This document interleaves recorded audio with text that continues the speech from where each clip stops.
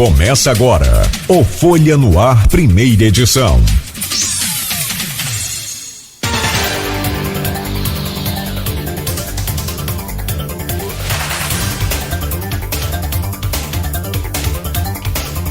Você está sintonizado na Folha FM 98,3, a rádio que toca você.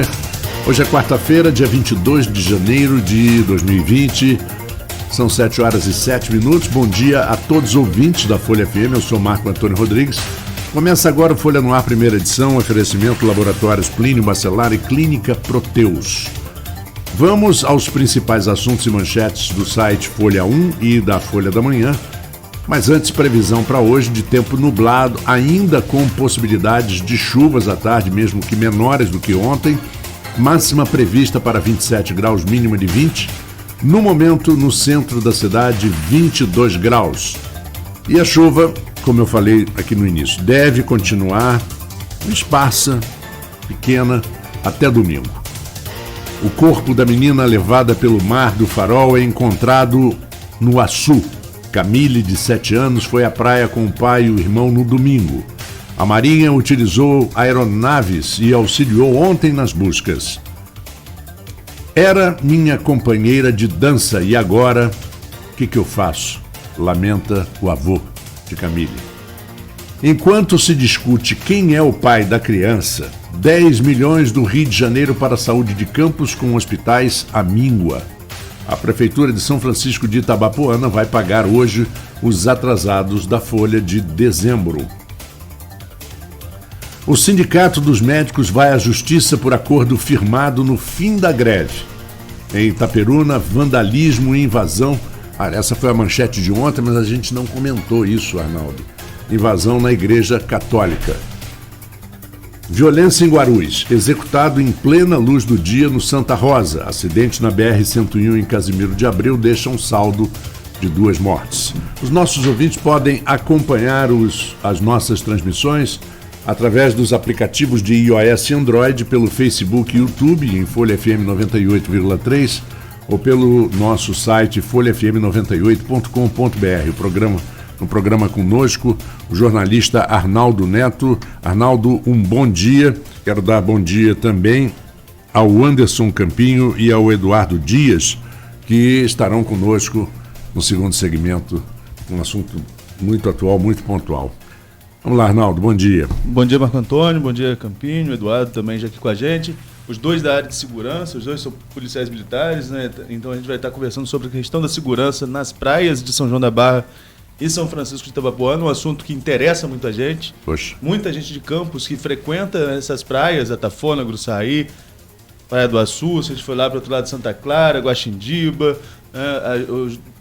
Santa Clara, Guaxindiba, Gargaú, que era um município, já foi um município só, hoje são 2 municípios, hoje já há 20 e poucos anos, 25 anos, já são 2 municípios, e sobretudo nessa época do verão, não só nessa época do verão, mas sobretudo nessa época a população flutuante que mais que dobra nos 2 municípios, né, causa uma grande preocupação, e tivemos casos recentes no último fim de semana que sustentam essa preocupação e essa mobilização do 8º BPM também para auxiliar ali a questão da segurança nos 2 municípios. Mas hoje a gente abre o jornal com essa triste notícia do desfecho do caso da menina Camille, né? A manchete principal do nosso jornal de hoje. A esperança, infelizmente, já não era muito grande de encontrá-la com vida, uma criança de 7 anos levada pela força do mar em outra praia importante aqui da nossa região, que é a Praia do Farol de São Tomé, a Praia Campista, mas uma praia muito perigosa, né? De arrebentação muito perto ali do litoral, um mar muito revolto, que tinha um alerta... Muito batido, né? Tinha um alerta para tomar cuidado ali naquela região, é sinalizado, tem placas de sinalização, não estamos aqui colocando a culpa em ninguém, a gente sabe que incidentes acontecem. Eu moro no Pontal de Atafona e desde criança eu vi muitas vítimas de afogamento ali, porque você tá... Eu tenho um diferencial, né? Apesar de ser filho de pescador, do rio passar nos fundos de casa, ter quase 2 metros de altura, eu não sei nadar. Então eu vou até onde eu posso. Acho que na minha rua só tem eu, um pescador de quase 90 anos que pesca até hoje, não sabe nadar, e meu tio. São as únicas 3 pessoas que não nadam na minha rua. Acredito que os outros todos sabem nadar. Então eu sabia até onde eu podia ir e sabia que ali tinha uma rampa. Ali no Pontal, o Pontal muda muito, né, de tempos em tempos, muda muito a sua configuração. Mas tinha uma rampa ali, um deslizamento que era muito perigoso. Mas quem vinha de fora não sabia disso. Então estava ali com a água na cintura, de repente pisava naquela rampa, era mais de 2 metros de profundidade, e aí muitas vítimas de afogamento aconteceram, muitas pessoas morreram no Pontal vítimas de afogamento. E no Farol tem essa questão do mar revolto e acabou por levar essa menina de 7 anos, que estava junto com o pai e com o irmão, uma situação desesperadora, e as buscas começaram imediatamente, foi domingo, segunda e ontem, terça-feira, o corpo foi encontrado com o apoio da Marinha do Brasil, lá já no litoral do Açu, em São João da Barra. O pai reconheceu o corpo da menina no mesmo local, a mãe passou mal, enfim, não foi IML, os avós estavam lá, e é essa frase que a gente usa na capa, né? O avô é avô e padrinho da menina. Ele disse que a menina era muito carinhosa, e como vai ficar agora, né? Que ela queria ser bailarina, então na brincadeira dos dois ele era o companheiro de dança dela, né? Então uma coisa assim de uma ligação muito próxima, né? De uma relação muito bonita de avô e de neto, enfim. É uma matéria dessas que marcam a gente, né? Quando a gente estava falando de retrospectiva aqui há pouco tempo, no mês passado, a gente falava dessas coisas que marcam a gente, essa cobertura é uma dessas coberturas que marcam a gente, que envolve essas relações familiares. Mas, por outro lado, também, se a gente for pensar na questão psicológica para o luto, é importante que se encontre o corpo, né? Porque é um sofrimento muito maior. Claro, você fecha, né? Pelo menos, né? Fecha um sofrimento muito maior esse período do o americano diz isso, em inglês eles chamam de closure, é o fechamento. Então, pelo menos eu quero ver o corpo, pelo menos eu quero poder, né, sepultar o meu filho, minha filha, ou quem não seja. Não é o ciclo natural, né? Não é o ciclo natural da vida, é o contrário, né? São os filhos sepultarem seus pais. Mas é o desfecho, né? É menos... se existe a possibilidade de ser menos doloroso ou menos dolorosa uma situação como essa, acho que pelo menos é um desfecho. O corpo está no IML, deve ser liberado daqui a pouco para sepultamento. Notícia muito triste, mas que também desperta o alerta para quem frequenta a Praia do Farol de São Tomé, assim como todo o litoral, como também é um pedido de reforço em salva-vidas nas praias da região. Todas as praias reforçaram seu efetivo, com parcerias com o Bombeiro Militar. Tem também a contratação direta dessas prefeituras, tanto de Campos, como São João da Barra, como São Francisco, Quissamã, também no litoral aqui da nossa região, Macaé também. Mas, mesmo com salva-vida, mesmo com tudo, é primordial que a família que vai à praia tenha aí esse cuidado, sobretudo com as crianças. E a gente ouve isso desde a época da avó da gente, né? A água não tem cabelo, não tem onde você se segurar. Por mais que seja um exímio nadador, se uma corrente te puxa, meu amigo, é muito difícil você se salvar. Eu tinha um amigo, um grande nadador, ele dizia uma coisa, ele inclusive quando jovem foi salva-vida no Rio de Janeiro, nas praias e tal, ele dizia uma coisa muito interessante: normalmente quem morre afogado nada muito bem, porque como disse o Arnaldo aqui, quem não sabe nadar tem medo. Sim, o medo é uma proteção. Vocês que são da segurança e de cidades de praia sabem disso. Quer dizer, a gente normalmente são grandes nadadores que acham, não, qualquer coisa eu nado. Não é bem assim. Não é contra a corrente, não é fácil. Mas, Arnaldo, olha só, além dessa manchete triste e tal, a história dos 10 milhões do Rio de Janeiro que chegam para a saúde de Campos com os hospitais à míngua, e ainda se discute quem é o pai da criança, que é muito comum, né, nessa época. É ano eleitoral, né? É ano eleitoral, as coisas costumam andar mais rápido por um lado, mas também se emperram de outro. A situação da saúde de Campos não é nada fácil. Frederico Paes, que é presidente do Sindicato dos Hospitais Contratualizados, chama essa situação de caótica na página 4 da edição de hoje, no ponto final. O que acontece? Existe uma articulação para 10 milhões para a saúde de Campos desde o ano passado do governo do estado para a prefeitura. E todo mundo quer ser o pai da criança. Mas enquanto se discute quem é o pai da criança, e esse é o ponto de argumentação da coluna Ponto Final de hoje, também no blog Opiniões da Luiz Abreu Barbosa, enquanto se discute quem é o pai da criança desses 10 milhões, os hospitais estão aí sem repasses há algum tempo, né? Os hospitais já sinalizando aí sérios problemas novamente, principalmente os hospitais contratualizados. Ontem também teve a Assembleia do Sindicato dos Médicos e, por pouco, a categoria não deflagrou novamente estado de greve.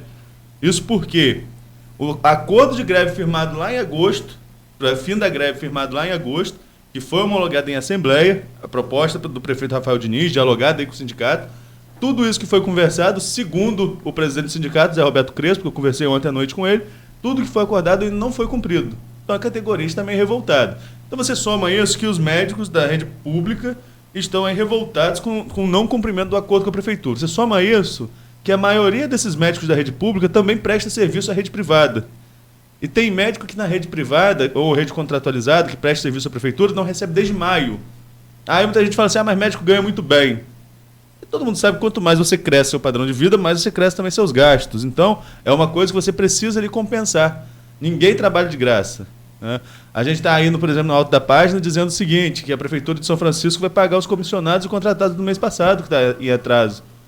Como que a gente ficou sabendo disso? Por comissionados e contratados que estão reclamando que estão sem salário. Assim como os RPAs de Campos reclamam que estão com salário atrasado, assim como os DS de Campos reclamam que estão com salário atrasado. Ninguém trabalha sem receber, seja no setor público ou no setor privado.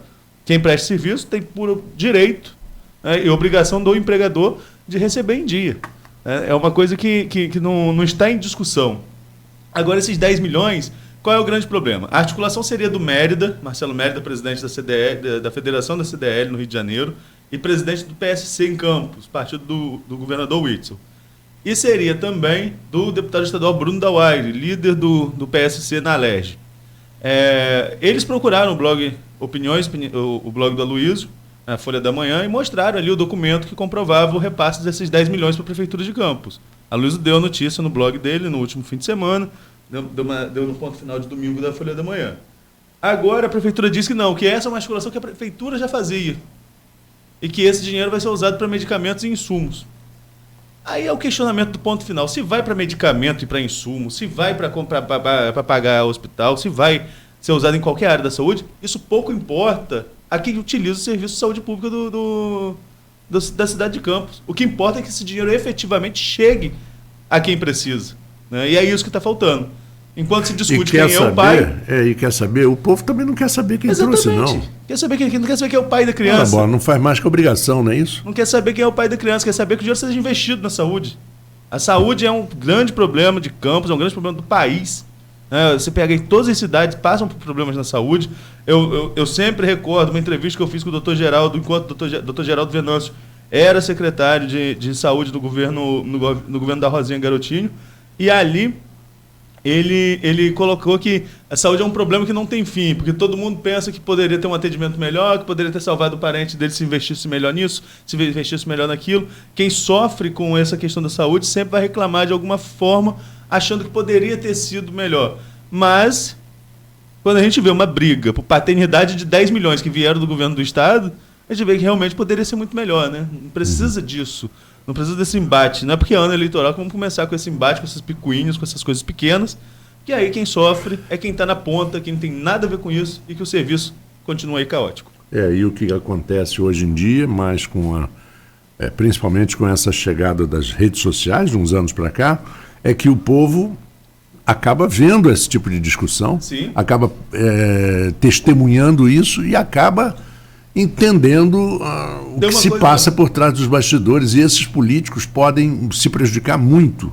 Se ainda não se prejudicam como deveriam se prejudicar, em breve eles vão se prejudicar. Tem uma coisa interessante nesse jogo, Marco Antônio, que é o seguinte: a gente está aqui há algum tempo batendo na tecla da questão do orçamento da Prefeitura de Campos.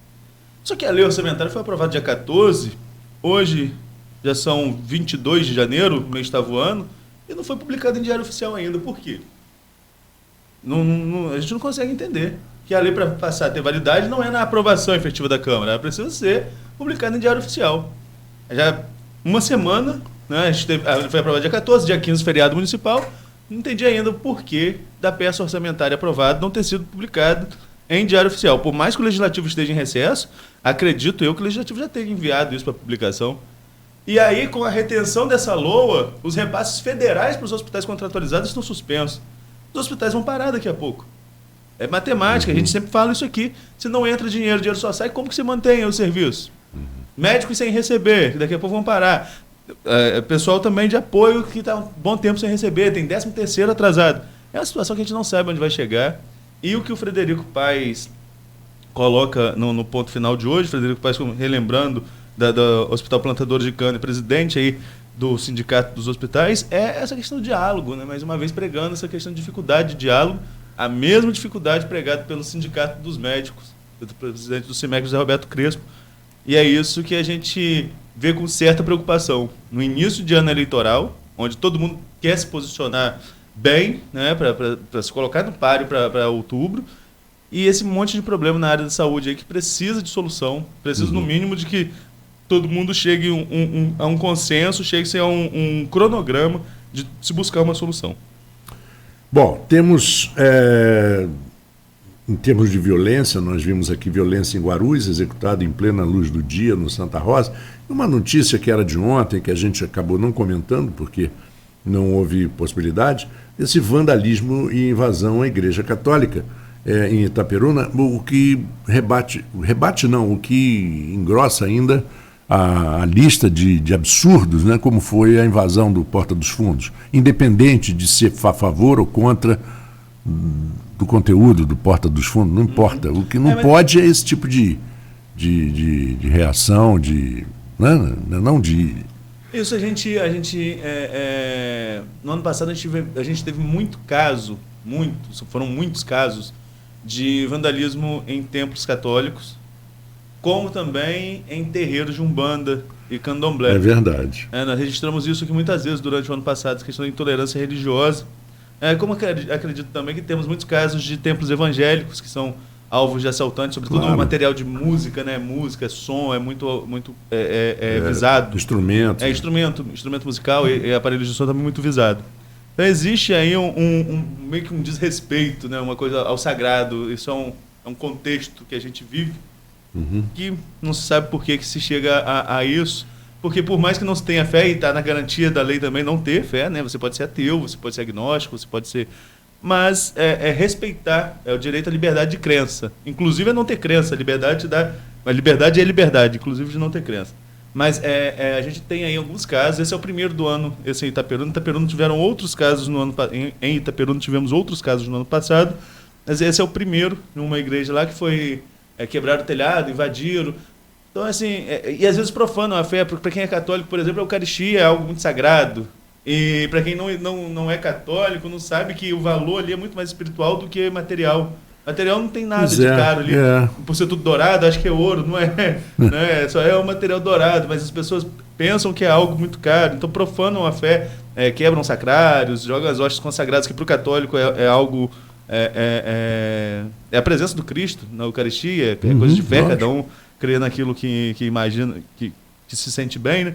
Mas há um desrespeito muito grande, né? E essa facilidade também, porque para os bandidos, para quem visa a cometer a ação criminosa, é um alvo muito simples. Nem todas as igrejas têm segurança, nem todas as igrejas têm câmeras. E essa questão de câmeras de segurança é um assunto que a gente vai debater muito aqui com os representantes de São João da Barra e São Francisco, porque ajudam a elucidar o crime. Você mesmo colocou aqui das fotos que a gente usou na capa de ontem, a reprodução de vídeo da câmera de segurança lá em São Francisco de Itabapoana, nesse caso que chocou aí, passou até na TV Globo com relação ao homicídio lá em Santa Clara. Então, assim, a segurança... alguém teve aqui, eu não lembro quem foi, que estava falando que na China tem uma câmera para cada 9 habitantes. Olha só que nível de segurança que é. A pessoa praticamente não consegue fazer nada sem ser identificado passando pela rua. Né? E isso aumenta a sensação de segurança. E, por outro lado, as igrejas, pelo contrário, não são todas que têm essa segurança e até mesmo por isso facilita ações como essas. Exatamente. Bom, é basicamente isso. Nós tivemos um acidente na BR-101, Casimiro de Abreu.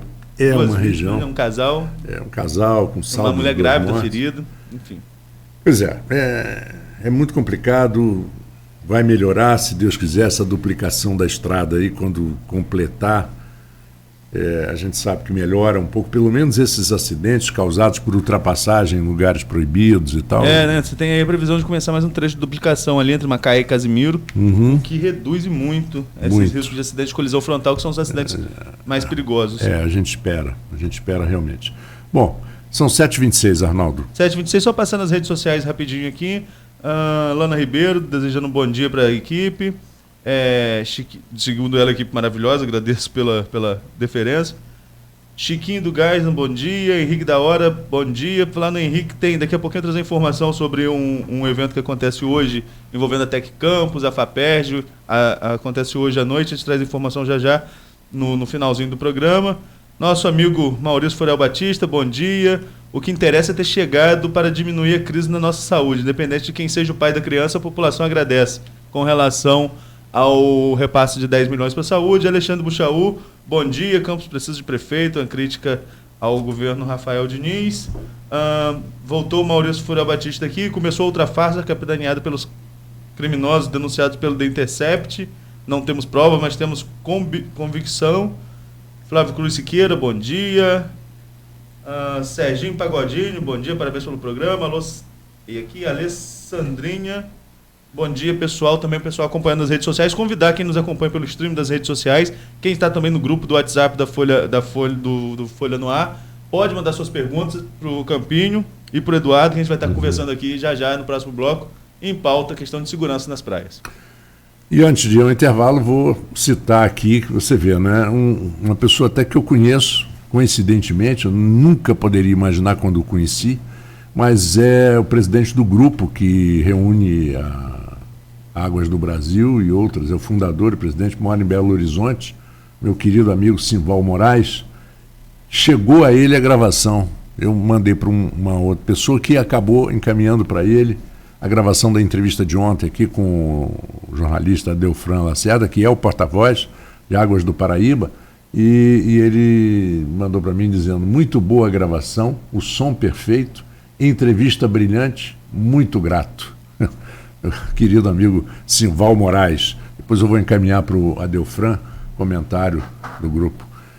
Bom, 7h28, 7h29 já virando, vamos ao intervalo e voltamos dentro de instantes com Folha no Ar, primeira edição, oferecimento Laboratórios Plínio Bacelar e Clínica Proteus.